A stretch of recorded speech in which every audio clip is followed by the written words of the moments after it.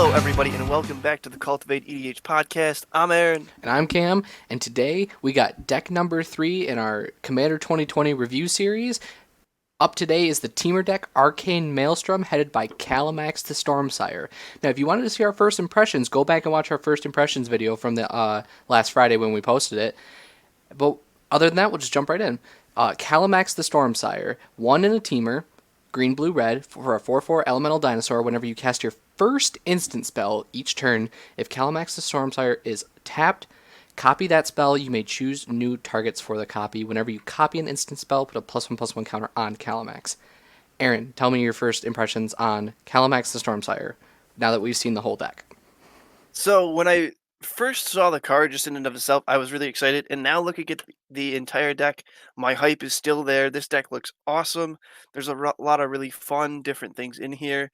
And just being able to kind of play around with instants is going to be a lot of fun. And it's not something you see all the time. Normally, it's just, instants or sorceries, but this is strictly instants. And I think that it is a restriction, but I think it's going to be a restriction that kind of adds to the little bit of fun that and charm that this deck brings to the table. Yeah, I definitely think that now that the full deck list and we've had a chance to look at it and analyze it, it kind of really solidifies the fact that this deck is probably one of maybe the better decks because Callum Axe can get super huge and deal huge amount of combat damage. But other than that, let's jump into the other commanders that you can run instead of Callum Axe in this deck. First up, we have the partner commanders with Halden, Avid Arcanist, and Paco, Arcane Retriever. So first up, we have Halden, 2 and a blue for a 1/4 human wizard, partner with Paco, Arcane Retriever. You may play non-creature cards from exile with fetch counters on them if you exiled them, and you may spend mana as though it were mana of any color to cast those spells. Now, Pacos is 3 green, red for a 3/3 elemental hound, partner with Halden, Avid Arcanist. Haste, whenever Paco Arcane Retriever attacks, exile the top card of each player's library and put a fetch counter on each of them. Put a +1/+1 counter on Paco for each non-creature exiled this way. I think these two, it's a super unique thing where it's like, so Paco's letting you do the thing where you basically make everybody flip stuff up and then you get to cast that stuff. And then Halden is allowing you to, like, when they're exiled with the fetch counters on them, you can just use any kind of mana you want to play those spells because obviously you're probably not playing against a bunch of other teamer decks. You're presumably playing against other decks that have white and white and black in there. So I think these two work really well together. It's a really unique combo. Yeah, I think it's really interesting because we have seen some of these other partner commanders where they can kind of run without the other one, but these two they really can't. They rely very heavily on one another. Paco kind of puts the cards into exile with the fetch counters, and then Halden makes use of those cards. So, you without Paco, yeah, he'll get some +1/+1 counters on him. Or without Halden, Paco gets +1/+1 counters on him, and that's great. But, Halden then comes in and you get to use those cards, and it's more that Paco is kind of mutually exclusive. Halden doesn't really do anything without Paco. And that's where I think like the design of these is really cool, but on a functionality level, I think they're just kind of medium lukewarm. The next commander, though, that we have on the list is super spicy. We have Ziras, the Writhing Storm for 2 and a Teamer. 3/5 Snake Leviathan, flying. Whenever an opponent draws a card, except the first one they draw in each of their draw steps, you get a 1/1 green snake creature token. Whenever Ziras the Writhing Storm deals combat damage to a player, you and that player each draw that many cards. This card is super spicy. I love this card. This card's really cool. I think just on sort of a functional level, he doesn't do a lot of damage. Just it's 3 damage. So you could really easily politic this and say, hey, I'm gonna swing at you for 3, but everyone gets to draw 3, and people will probably be okay with that, you know? And then you're gonna start pumping out, you got 3 other people at the table, you're gonna get 9 1/1 green snakes. Like, that's crazy in one attack. And at first people will probably be like, oh, that's fine. And then they start seeing, 9 snakes and you have 18 snakes, and then they start getting a little bit scared. But at that point, it's a little bit probably a little bit too late.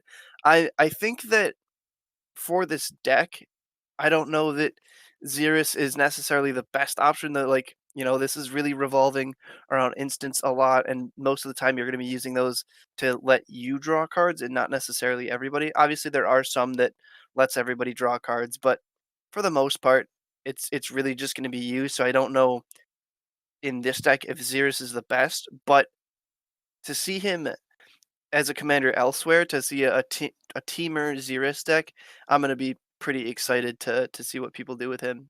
So are you saying that Callum Axe is probably the best commander to run out of the box? Absolutely. I would agree with that. I think that despite the other two sets of commanders that you could possibly run straight out of the box, that Callum Axe, given the way the deck is built, is probably the best option, with Ziras being the next closest at number 2. And then I just don't think Halden and Paco are good enough out of the box to really run as the commanders and really get in a good game.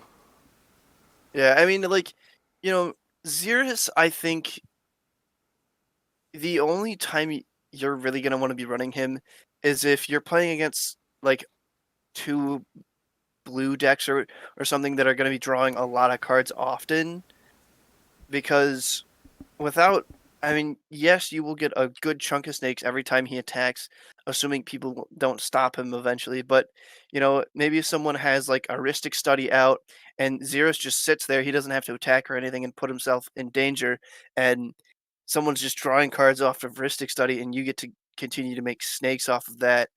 I think that's sort of the really best scenario for Xeris to be in. And right now with these precons, none of them are really doing that. So if everyone's playing an out of the box commander, you're gonna want to go with Callum Axe I for would sure. agree. So let's just jump into some of the cards in the 99, aside from the legendary creatures that you can run as the commander. First up with Nascent Metamorph. 1 and a blue for a 1/1 shapeshifter. Whenever Nascent Metamorph attacks or blocks, target opponent reveals cards from the top of their library until they reveal a creature card. Nascent Metamorph becomes a copy of that card until the end of the turn. Then that player puts all cards revealed this way on the bottom of his or her library in a random order. I think this card is maybe one of the better clones depending on your meta. If you have a player that likes to play green red big boys, or I'm trying to think of another deck that like anything that's like super big, maybe somebody's playing like Eldrazi, you target that as soon as this thing attacks or it blocks, you target that person and then you really hope for them to flip something big. Well, the other thing, another kind of really good functionality for this card, it has a really good ability to kind of not necessarily hose, but definitely really hurt some of those decks that want to manipulate the top card of their library. For example, Elsha the Infinite was a commander that we got last time around, and I think that if you were to play Alesha against this nascent metamorph, there could be some very easy politics if you saying to one of the people at the table saying, "Hey, Elsha is really manipulating the top card of their library, and we want him to not do that. So can I swing at you for one, and you not kill my nascent metamorph, so I can target the Alesha deck and make their top of the library completely different from what it is now, what they want it to be." I think that's a really good function for this card. Kind of See, some politics that you can play. a really good question that I have for a judge, and if any of you that are watching this video are judges, please comment and tell us how this interaction works, because I know that a lot of like Alesha decks are mainly not creature based, so they'll play 99 spells and no creatures so that they can fully take advantage of Alesha. So if I'm watching the Alesha player manipulate the top of their library, and then I obviously do the politic thing that you just said, and then I make them reveal until they reveal a creature and can't, what the rules interaction on that one is, how that works, because I'm not sure in what scenario that works or doesn't work. But I'd be really interested to see what happens in that scenario, because I know, at least in our meta, there are a decent amount of players that like to play with the top of their library.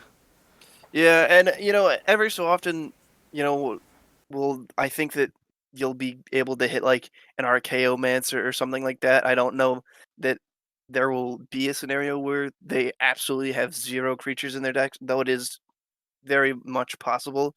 But yeah, I am curious to see what happens at that point. Maybe it just stays the nascent metamorph and it doesn't transform into anything.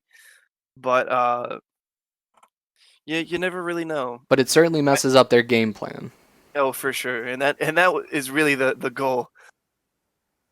All right, up next on our list we have Glad Muse, 2 and a green, 2/4 beast. Whenever a player casts a spell, if it's not their turn, that player draws a card. So this rewards action on other people's turn, which is what this deck really wants to do, casting instants on other people's turns. But it's very symmetrical.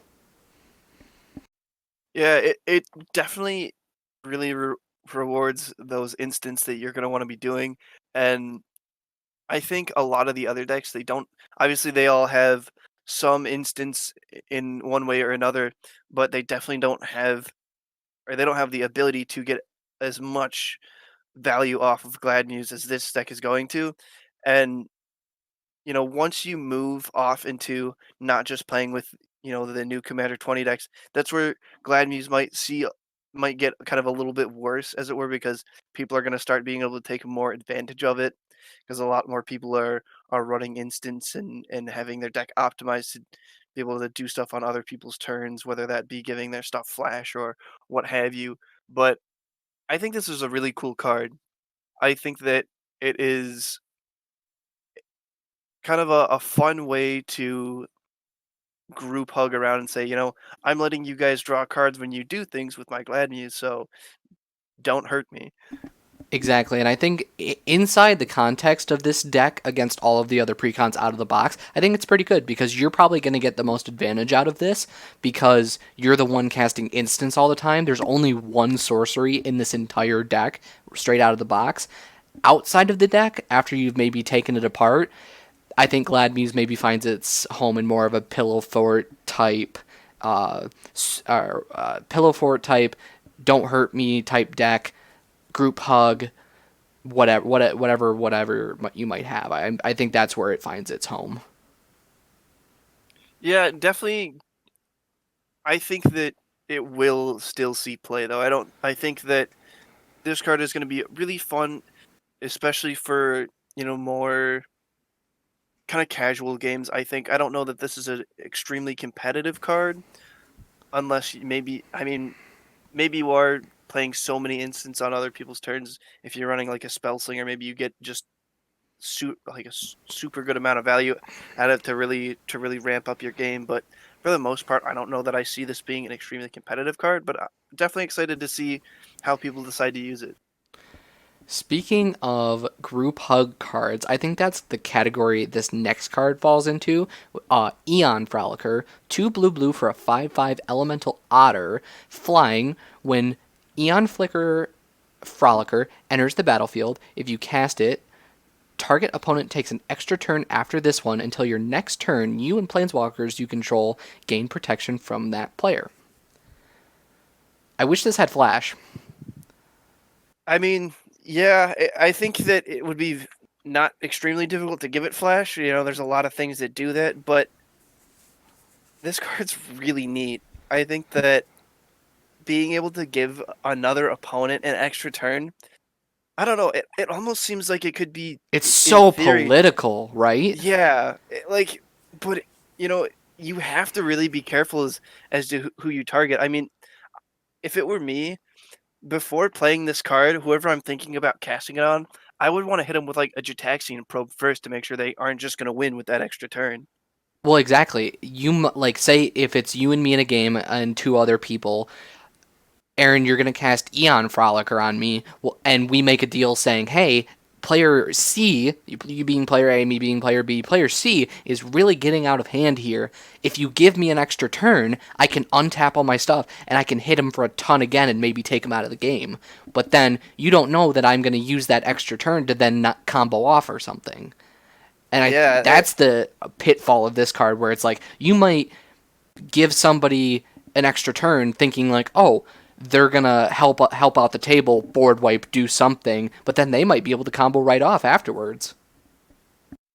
Yeah, and that could be kind of the downfall of that the entire game that you play Eon Frolicer. But of this card in general, you really have to be careful before you play it. I would recommend, trying to hit people with like a Gitaxian probe beforehand to make sure that they're not able to do that, or maybe hold up counter spells in case they do go to win, whatever it is you think you should do to kind of keep them in check while they have an entire extra turn to do things. I think the only thing that, because Frolicer does give you protection from the player who's getting the extra turn, I think the only thing that can kill you in that scenario is an infinite mill combo to where they just mill everybody out on their extra turn and then pass the turn to, and it goes down by down, the dominoes fall, and then it comes back to you and you win the game. Because you have protection from damage and being targeted by the player who was given the extra turn. So I mean, there's a little bit of saving grace in there that you might accidentally hand somebody the keys to the kingdom and say, "Hey, just go ahead and take out these other two players because you won't be able to hurt me." Yeah, and I think that overall though, like it's just completely overall, Eon Frolicer, I'm really excited to see people play it. I'm excited to see the politics that come along with it and how if people are able to kind of win with that extra turn. I mean, sometimes you take an extra turn if it's in the early game, you just draw an extra card. It's literally just like, okay, I want to take an extra turn. I'm going to get to draw a card, maybe play something, and that's going to be all I can do. And with it being, only 4 mana, that could sometimes be the case of like maybe they're able to deal a little bit of damage or use a removal spell without getting any kind of crackback. They have an extra turn to kind of do other things, but for the most part, I think that Eon Frolicer, really cool card. All right, I think that's enough on Neon Frolicer. It's okay in the context of the precon. It's okay, and on the, Yeah. I feel like it's more abusable on the outside of the precon, obviously. But we'll move on to our next card, Ravenous Giganto Theory. I think that's how you pronounce it. That's a mouthful. 5 green for a 3/3 beast with Devour 3, return of the Devour mechanic. As this creature enters the battlefield, you may sacrifice any number of creatures as it enters the battlefield. You put a +1/+1 counter on the Ravenous Gigantotherium for each creature sacrificed. And then it says when it enters the battlefield, it deals X damage divided as you choose among up to X target creatures, where X is its power. Each of those creatures deals damage equal to its power to the Gigantotherium. So it's a super weird board wipe in green, if you think about it. I don't know that I would really call it a board wipe. I think more of a kind of multiple target removal because if you're able to hit all three other players with that, that is pretty impressive. You would have to use maybe make a bunch of snakes with Ziras or something, to be able to get a bunch of Devour triggers off. But Well, there are other oh, cards in the deck that make tokens, like Talrand and obviously Ziras, and there are some other ones that make tokens. And I think that because it's Devour 3, so each creature you devour, it's 3 times the number of creatures that are devoured, that's how many +1/+1 counters go on it.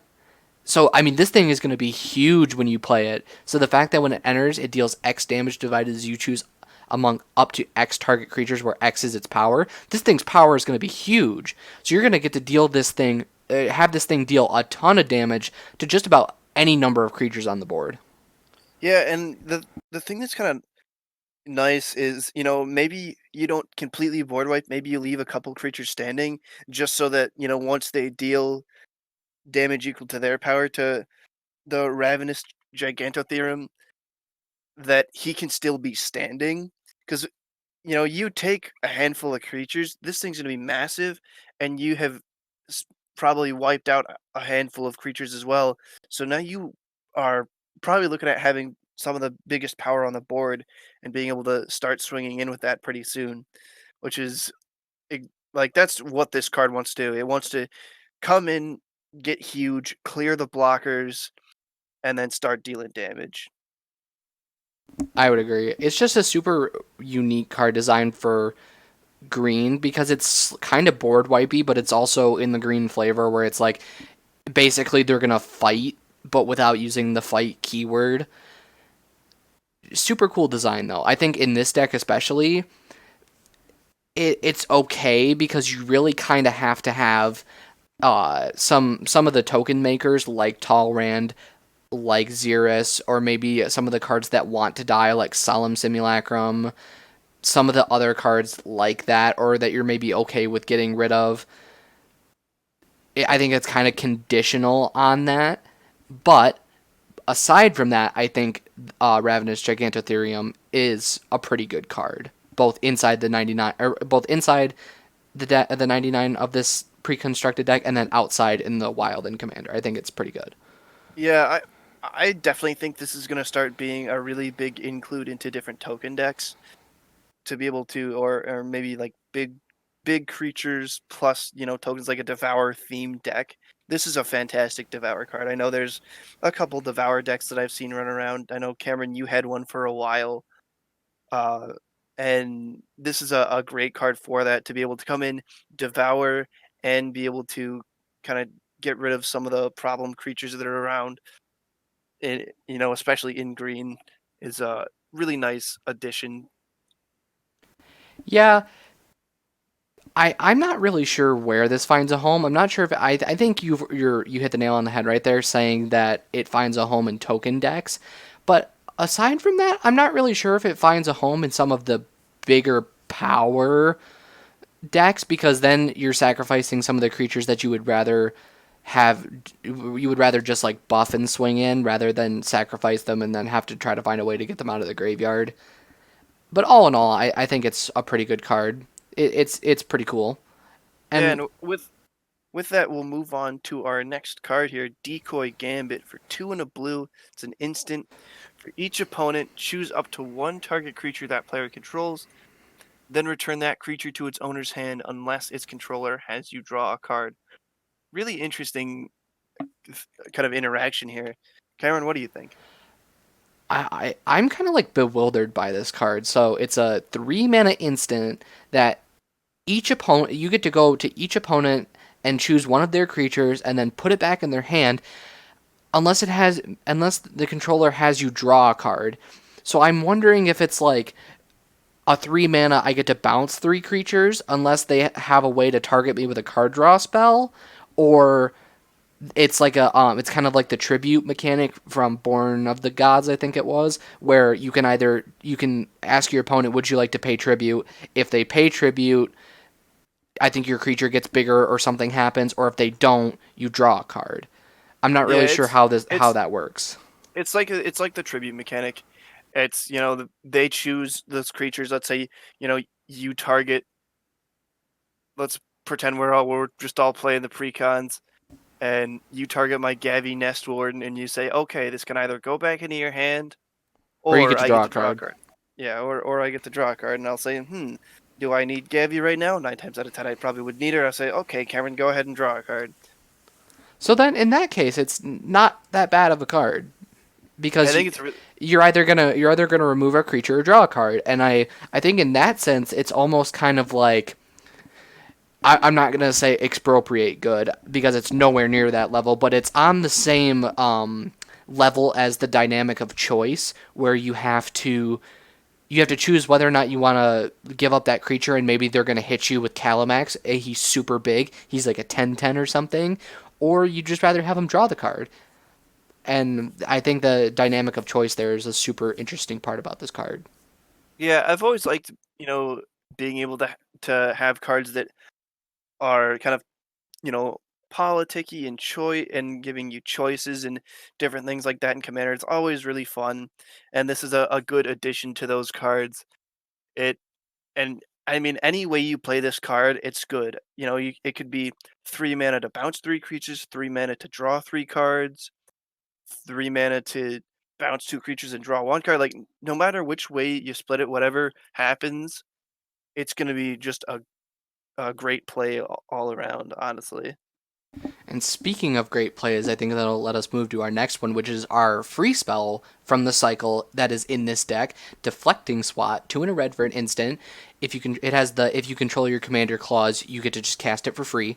You may choose new targets for target spell or ability, so it's a free redirect. This is a really nice free card, especially for this deck.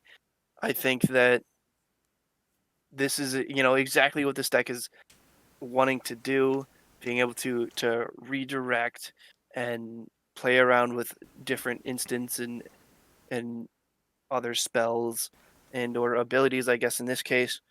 This is just really cool.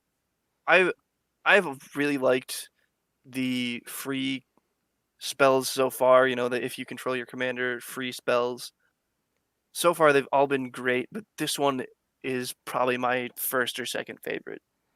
This card is so good within the 99 because let's assume you're running Callum Axe out of the box. It protects Callum Axe, it buffs Callum Axe, and also if it's the first spell that you're casting on any turn, because Callum Axe isn't conditional on it only being your turn, it's the first instant you cast on a turn. If he's tapped, someone points a removal spell at him. Well, it's like, no, I'm gonna deflecting swat, and then I don't know, maybe they try to go over it, but Callum Axe copies it, and then you're getting 2 triggers off Callum Axe to make him into like a, let's say he's a 10-10, now he becomes a 12-12. Um, well, actually, I think on the stack this would work. So if Callum Axe is tapped, he's a 10-10 and he's tapped, and they point a removal spell at him, well, then I can cast Deflecting Swat for free, and then I may choose new targets for spell or ability, and I have 2 copies of Deflecting Swat on the stack. I think I can choose that removal spell for both and point them back at my opponent's creatures. Yeah, and that's one of the great things about Calimax is, especially with this card, like he synergizes so well. Someone goes to point removal at him. Well, I'm gonna say no, and I'm gonna have 2 removal spells now. So the pain just comes back in full force. It's just doing exactly what he wants to do. It's really cool. And I think that's all we really have to say on these free cards, that they seem to be super good value for a desirable effect that you would like to get for free. And on that note, we'll go to our next card. Curious Herd, 3 and a green for an instant. Choose target opponent. You create X 3/3 green beast creature tokens, where X is the number of artifacts that player controls. I know exactly what deck this is going in, and I know exactly who I'm playing it against. Yeah, me. Well, you This and one other person. true. But yeah, this card is really neat. I mean, artifacts are always pretty rampant in Commander. We see them a lot. Sometimes we even just see like soul artifact decks. Just I have one that is extremely fun and can be a little oppressive sometimes. And this card, it really is gonna hurt. I could have anywhere from 5 to 15 artifacts out at one time. Someone plays Curious Herd and they make like 10 3/3 green beasts. Oh my goodness. It's gonna be for 4 mana, it's just great. Obviously, you don't always have people playing dedicated artifact decks, but still, they have their Soul Ring, their Signets, maybe Lightning Greaves or something like that. You're still gonna be making 3 4 5 beasts when you play this card most of the time. It's just great value. At instant speed, too, not nonetheless.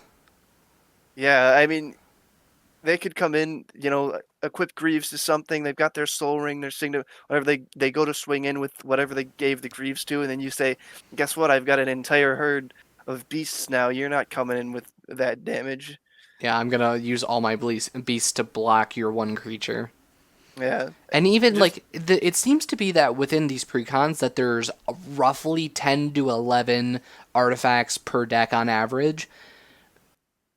And that's not bad. Like for Curious Horde to at any time it could have up to 3, you could get up to 3 beasts off of anybody that's playing at the table out of the box of these precons. That's pretty good.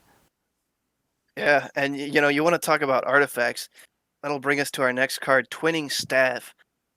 3 mana artifact. If you would copy a spell one or more times, instead copy it that many times plus an additional time. You may choose new targets for the additional copy. And it also has 7 tap, copy target instant or sorcery spell you control. You may choose new targets for the copy. This is a really cool card. I already know what deck this is going into. This is exactly what the Callum Axe deck wants to do as well. I think this is probably one of the better enablers in this deck to make Callum Axe as big as possible for you to get in there and deal a lot of damage. Because you're copying so many spells with this. You're like my mind breaks just to think that if you kind of like take out some of the cards in this deck and upgrade it a little bit and maybe put some more like copy spells in there, that this with another copy spell is just like big brain play. Yeah, just such a such a good value card for this deck. It's exactly what the deck wants to do.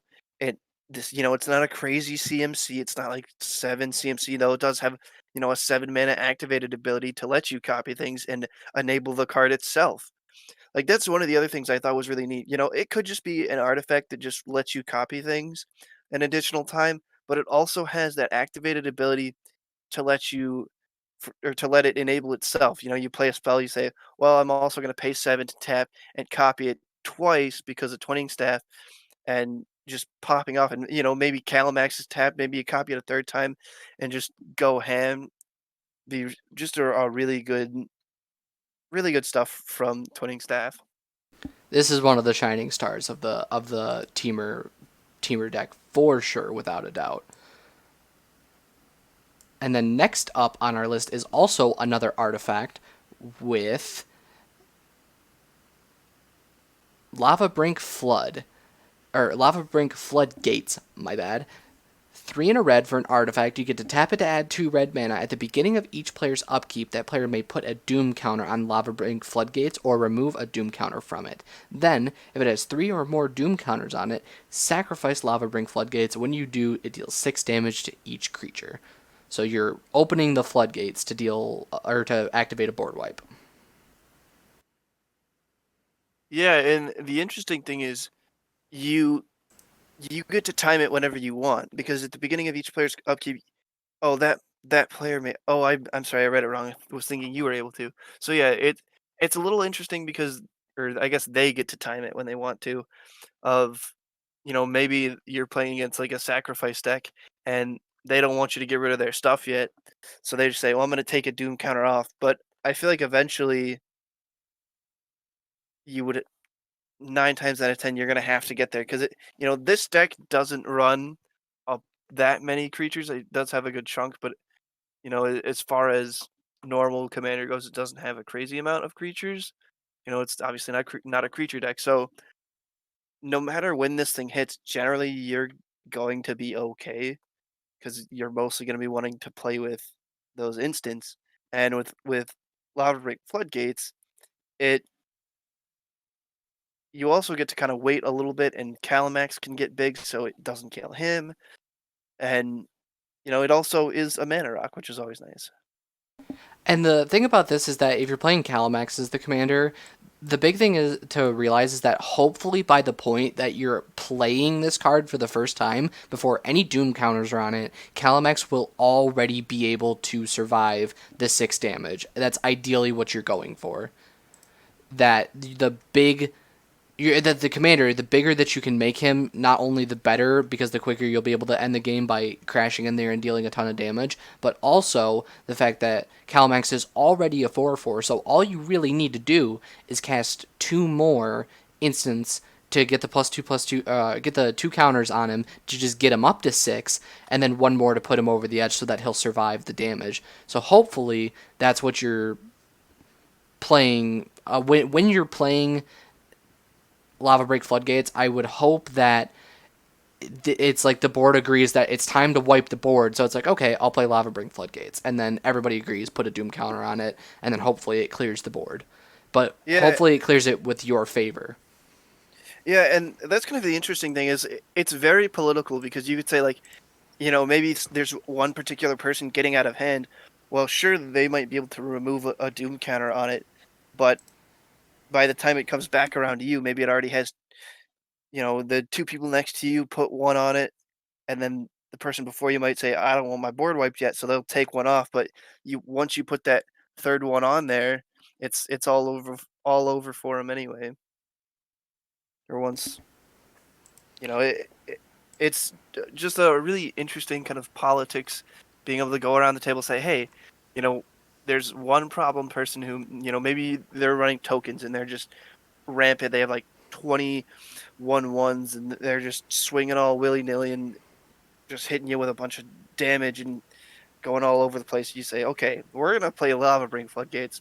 People better start voting Doom. And then you try to hopefully convince the other two players who isn't that token player to like, okay, I think it's time to wipe the board. Yeah. Overall, I think from the new cards that we've seen from this deck, we're pretty interested and we're pretty excited for them. I think most of them are pretty good.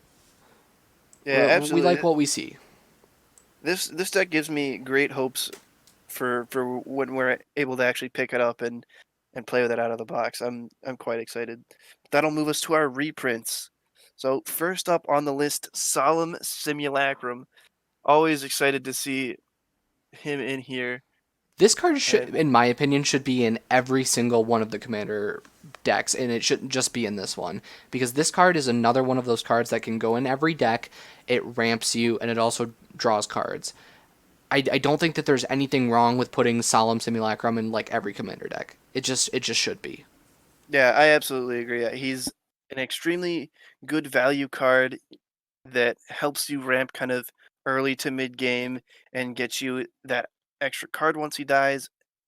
And you can either throw him up as a blocker, maybe you can sacrifice him to an Ashnod's altar if you're running that, whatever kind of value you can use him for. Maybe just always using him for that little extra bit of value to do something that your deck wants to do is always nice. So I just overall really good card.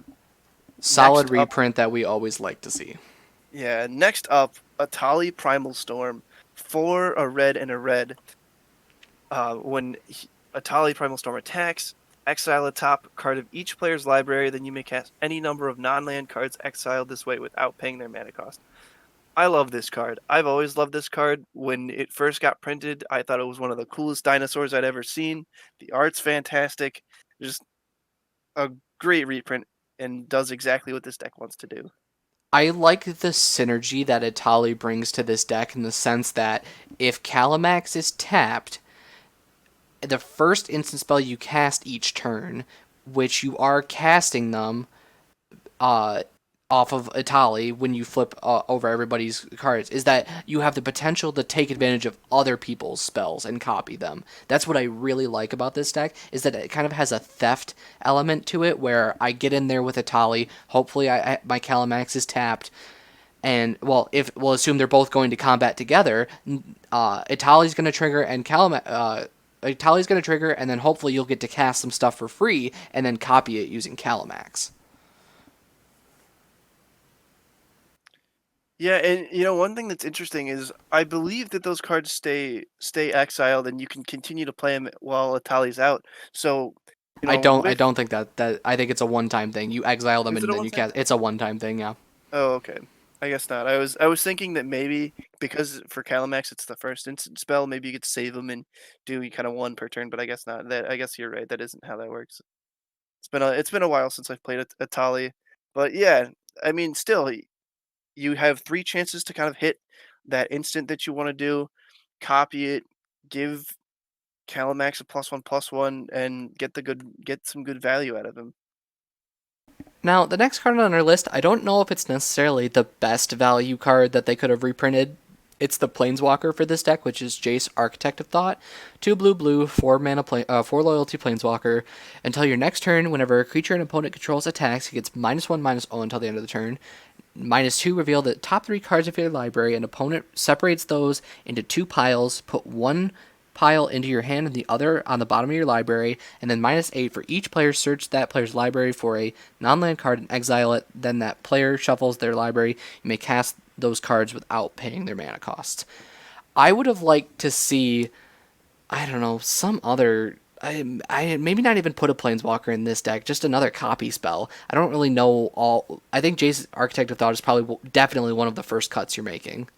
Yeah, I think honestly, even if you wanted to replace it with another planeswalker, you easily Chandra the Firebrand is would have been infinitely better in this deck because her -2 lets you copy the next instant or sorcery spell you play, and you can choose new targets for the copy. I mean, I think already that would have been a better choice. It does what the deck wants to do. You know, it's not a crazy expensive planeswalker or anything like that. I would have rather seen her than Jace Architect of Thought, but you know, Exactly. It's like we saw in the Gavi deck with Chandra and her zero ability to discard and discard your hand to draw cards and synergize with the cycling deck in that way. I would have rather seen another planeswalker that can interact with copy spells and that kind of thing. yeah. So I think with that, we'll go to our next one here. My boy Melek is it Paragon for 4 a blue and a red. Play with the top card of your library revealed. You may cast the top card of your library if it's an instant or sorcery. Whenever you cast an instant or sorcery spell from your library, copy it. You may choose new targets for the copy. Really, really good idea to reprint this card in this deck because it synergizes with the deck. You know, it not wasn't necessarily an expensive card, but it makes the gameplay experience straight out of the box all the more better because of the whole you're basically okay, so I can cast the top card of my library if it's an instant or sorcery, so I'm getting that value of like having the cards in my hand +1, and then whenever I cast it from the top of my library, I get to copy it, which synergizes with Callum Axe. I just think the synergy here with with this particular reprint is also on par. Yeah, absolutely. And I have always loved this card. I have a deck based around him, and I like that, you know, he's getting a reprint. Obviously, it's not like he was expensive or anything like that, but um, it's one of those cards that I think is really fun to play, and it's a interesting commander that people have a lot of different options to kind of play around with. So, in I you know, the nice thing about people or wizards rather putting a lot of legendary creatures into these decks. You know, we got Melek, you've got Atali, you have all of the new face cards of the deck. Each one of them can be a commander to their own right. So being able to just give players more options to have legendary creatures to build around, and maybe it's ones they haven't really seen before. I'm really excited about this next reprint because I've tried to go put this next card into so many different decks, but every time I look it up, it's like $5, and it's like it's not worth it to pay $5 for this card. Crop rotation for a single green mana, it's an instant. As an additional cost to cast crop rotation, sacrifice a land, search your library for a land card, and then put that card onto the battlefield, shuffle your library. So it gets any land for 1 mana at the cost of a land, and it enters untapped. I mean, it's a good card. We crop rotation definitely good card to reprint. It was kind of going up a little bit, so being able to throw a good card like this into the A precons commander as well product is it's a really good reprint value, not just for our format, but also others that play crop rotation. you know, I've seen people play crop rotation a couple of times, and I've never seen it go poorly. Like you sacrifice a basic and go get any kind of dual land that you need at that point. It's just always good value no matter what you do with it. See now, another rules question for a judge that I'd like to know is if I crop rotation for a tap land, does the tap land still enter tapped?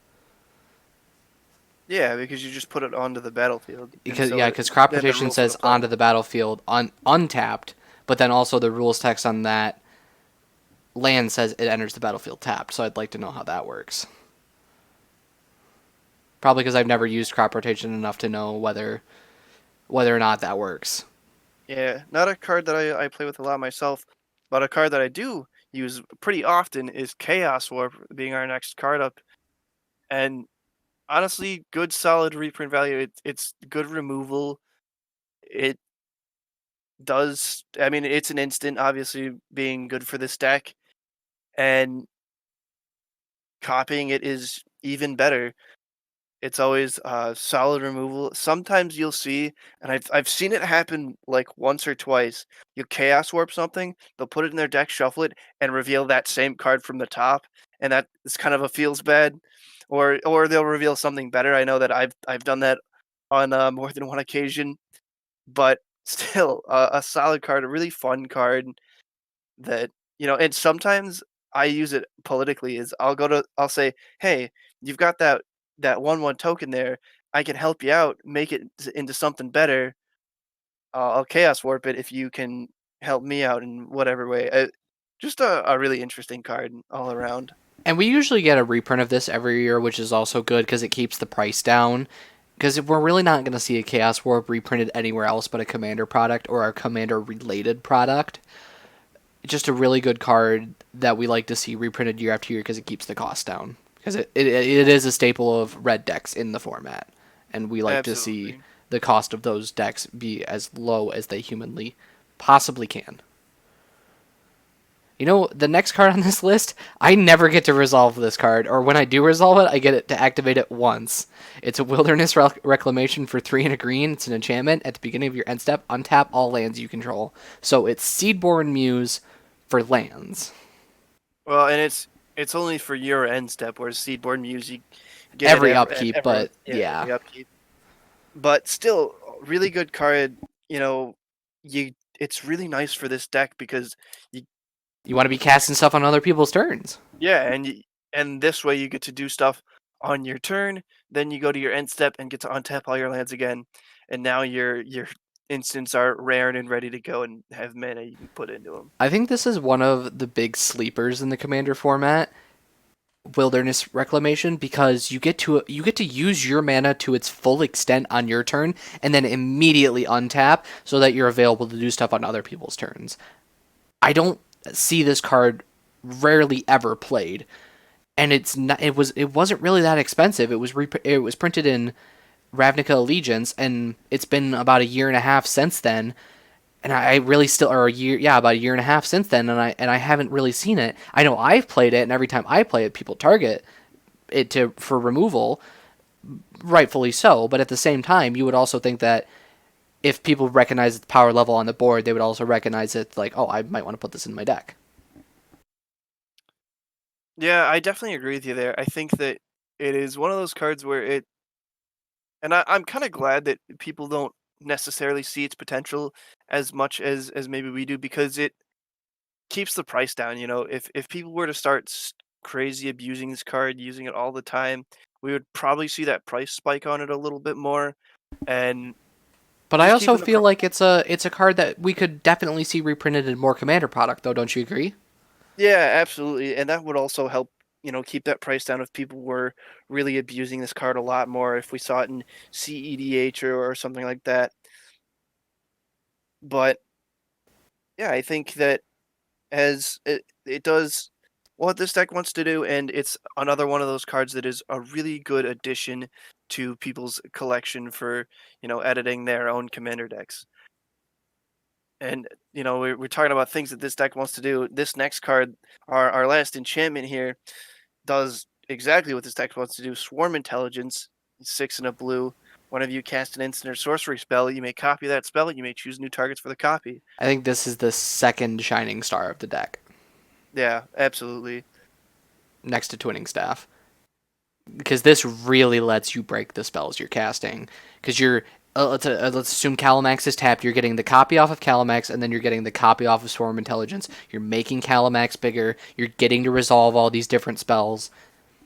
Just a solid reprint for this deck. Yeah, I think it's a little bit better than Twinning Staff, although being a little bit more mana intensive. Twinning Staff, you already have to have a copy of a spell, and then it'll copy it an additional time. But where Swarm Intelligence, you just get to play it, and whether you're copying things or not, you get to you get to make a copy off of Swarm Intelligence.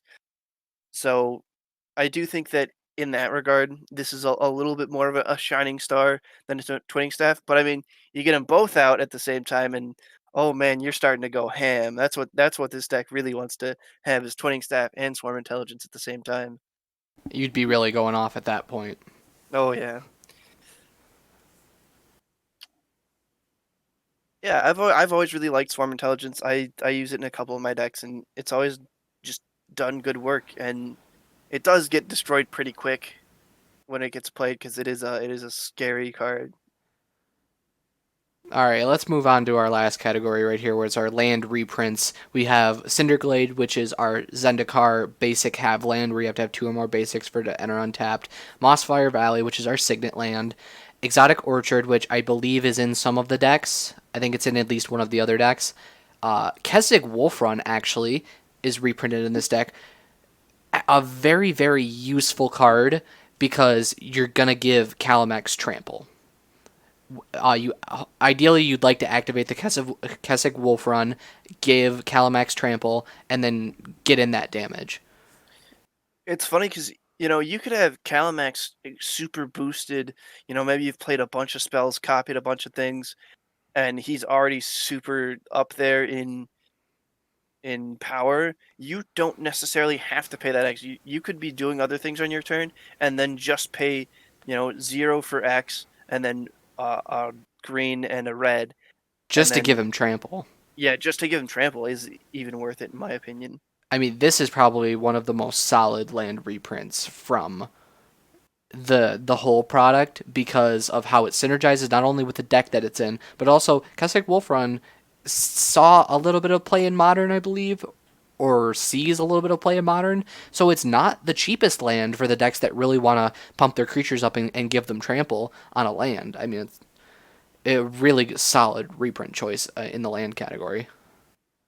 Yeah, I mean, we've seen really good reprints overall for for all of these decks. I mean, that we haven't gotten any just like basic guild gates that are entering tapped all the time. We've got our half lands, we've got exotic orchards, we've got our bounce Return land, yeah, lands. return lands, bounce lands. I mean, just solid land reprint just in general. I really have been liking what Wizards is doing with these land reprints. You get one of the hideaway lands in this deck actually too. Mosswort Bridge, really really good card as well. I mean, just great stuff.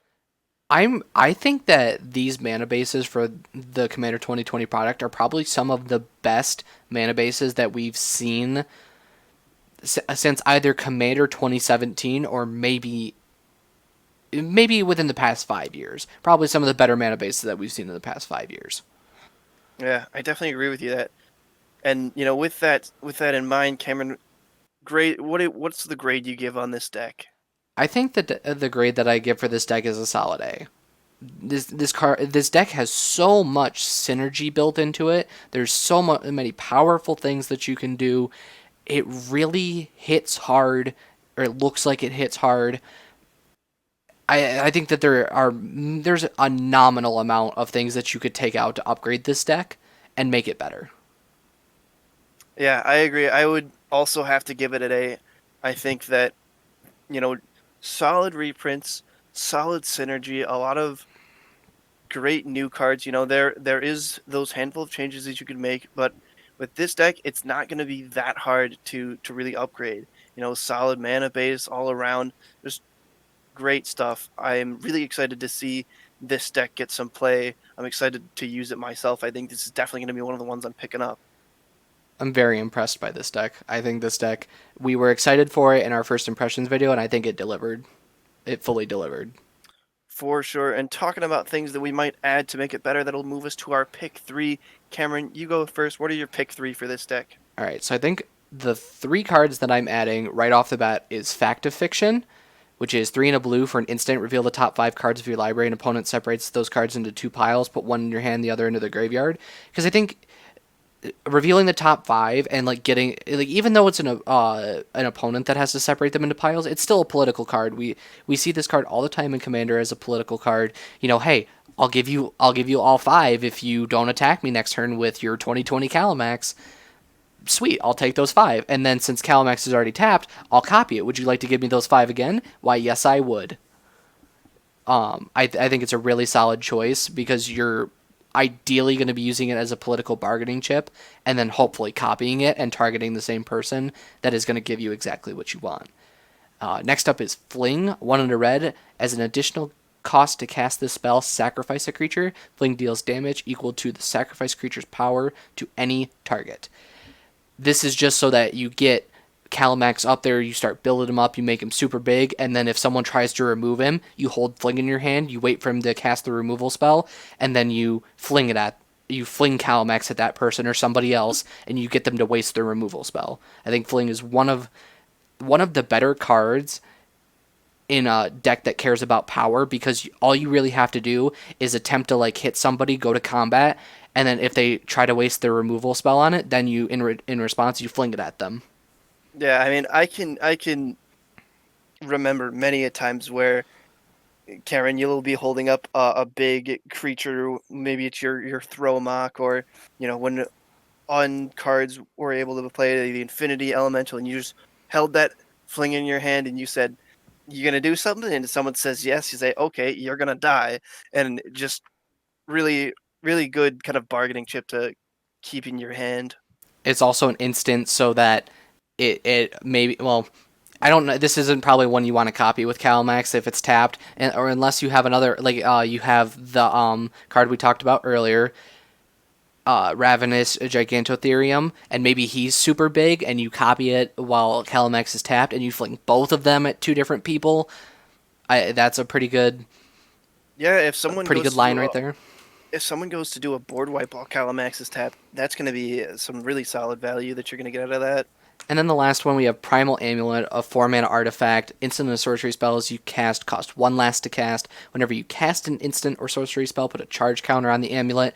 Then, if there are 4 or more charge counters on it, you may remove those and flip it over. And then on the other side, it says you get to add 1 mana of any color, and when you spend that mana to cast an instant or sorcery, you get to copy it. So, just another solid card that is going to discount your spells, and then once it flips, it's color fixing, and it's also taking advantage of the copying, which is exactly what you want to do. And then, All Aaron, right. I guess I'll pass it over to you for your top 3. All right, so my pick three here, we're gonna start off with an enchantment, Underworld Breach. It was just printed in Theros Beyond Death. 1 and a red enchantment. Each non-land card in your graveyard has escape. The escape cost is equal to the card's mana cost plus exile 3 cards from your graveyard. At the beginning of your end step, sacrificed Underworld Breach. I think that this would be just a great overall addition to this deck because you can play this enchantment, and maybe you've sent just a bunch of your instants already, and it's kind of getting in the late game, and you really just need a little bit more gas to get you to the win.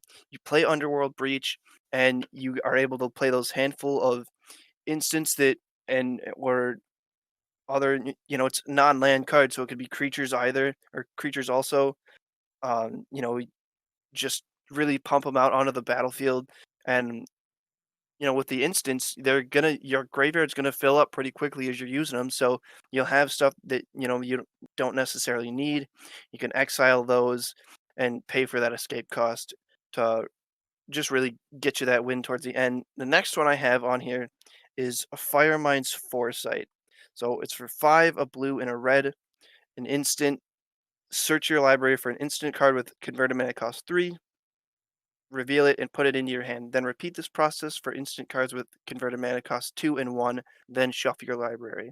I mean, I think it's really easy to see why this card's going to be good. It revolves around instants, it's an instant itself, and you're going to be able to really fill up your hand with the gas that you're going to need to win here. I mean, there's so many good options.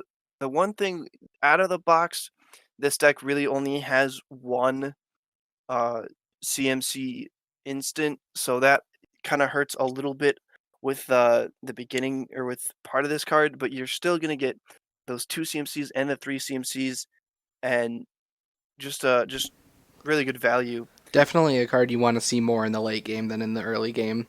Unless you can ramp there pretty quickly. If you can ramp there pretty quickly, you can take advantage of it in the early game, but also it kind of helps you as a late game closer to find what you need to end the game. Yeah, for sure. It just, no matter when you play it, you'll get some solid value, and maybe you copy it, maybe you're able to get even more value out of it. But the last card I have on here is Narset's Reversal. It is 2 blue, an instant. Copy target instant or sorcery spell, then return it to its owner's hand. You may choose new targets for the copy. So there's a couple ways to use this card, and this is one of the reasons I really like it is the versatility of it. You could kind of use it as a pseudo counter. Someone tries to go use removal, you play Narset's Reversal, you copy it, and it goes back into their hand. So they've wasted that mana and not able to really do anything with that card as it goes back into their hand, but they will have it for later. The other use that I found for it is letting you save some of your cards that you want to get multiple uses out of. So you go to play, maybe you go to play Chaos Warp, you go to remove someone's creature or something, then you play Narset's Reversal, put it back into your hand, and you get to copy it. So, first off, it's hitting that Callum Axe copy trigger, and you're gonna be able to play that card again, whatever you're putting back into your hand. Just a really good value for the stack. It's an instant itself. It'll boost Callum Axe, and those are gonna be my pick three. And with that, I think that's the episode. Let us know, guys, on Twitter in the comments below what you think we missed, what you think we should have added instead of what our top 3 ads were. What do you think about the new cards? Do you think the reprint quality is okay? Let us know on Twitter. We're going to link down in the description below. We're going to put a link to our Discord server. Come join our Discord server and chat with us about the new Commander products and all things Magic. See you guys later.